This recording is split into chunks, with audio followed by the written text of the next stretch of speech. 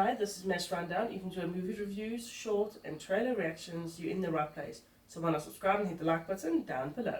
Today we're reviewing number 80, It Happened One Night.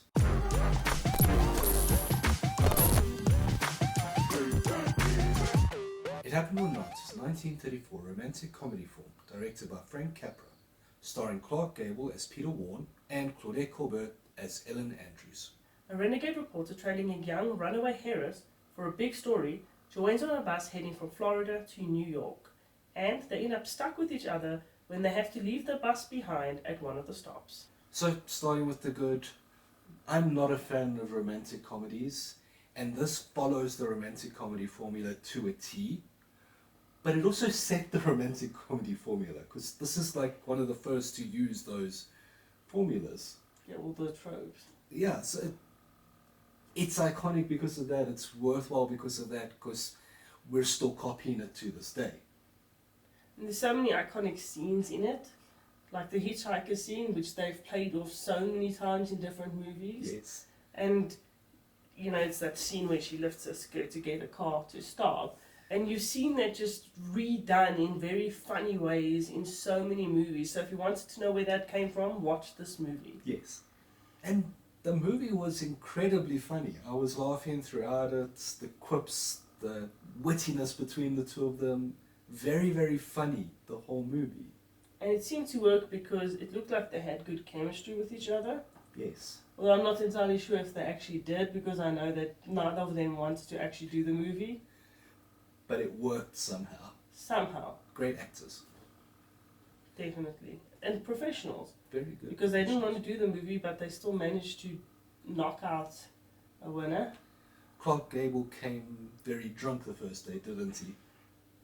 And then eventually got, okay, let's actually do my job here.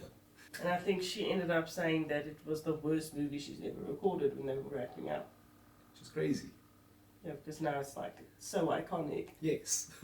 And for the time, along with the hitchhiking scene and everything, there's a lot of sexual innuendo in this movie because it wasn't really something they did back then. And they talk a lot about the Wall of Jericho, which is a divide that they put between the two of them when they're sharing hotel rooms, because you're not really supposed to sleep in the same room with someone else you're not married to, Yeah. essentially. And it also was a way to give themselves some modesty and privacy to change and stuff when they're together, because she wants to run away from him sometimes, I feel. Yes. And he wants to make sure he follows her all the way because he wants to get that amazing story. So it was quite funny, and they run with that Wall of Jericho throughout the movie, and even the last scene they're talking about the Wall of Jericho. And the film had a really small budget, even for back then, but you really wouldn't tell. And even though it's in black and white and it's from 1934, it's still a good movie to watch today. I didn't find myself thinking, oh wow, this is so dated. Yeah. It was pretty good, actually. It was funny, and like you say, I didn't feel like it was too dated, and I actually forgot about the fact that it was black and white halfway through the movie, or probably less than that. Yeah. Because you just get so into the characters that you're like, ah. And I think, considering everything, the pacing was also pretty good, especially for a rom-com, because they're often quite slow. Yes. This didn't feel slow. This felt like it ran quite nicely, and I didn't get bored throughout the movie. Totally. And then looking at the bad, nothing surprisingly. And it's weird saying nothing for a rom-com. Yeah, I couldn't think of anything that was bad. No. I think at most she got kind of annoying sometimes in the movie, but she was supposed to be. Yes.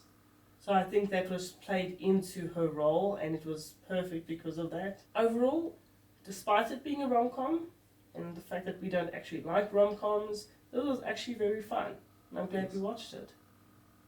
It gave us good insight into the development of rom-coms and, you know, the classic. So I would give it an 8. And I'd give it an 8 as well. So it leaves with a total of an 8, which for a rom-com, wow. Great. Who should watch it? I think anyone who enjoys rom-coms or is interested in the history of movies and the development of rom-coms will really enjoy the movie. Yeah. And even if you don't enjoy rom-coms, you might just enjoy it anyways. So let us know in the comments down below. What is one of your favourite surprise movies? Don't forget to like and subscribe. Bye. Later.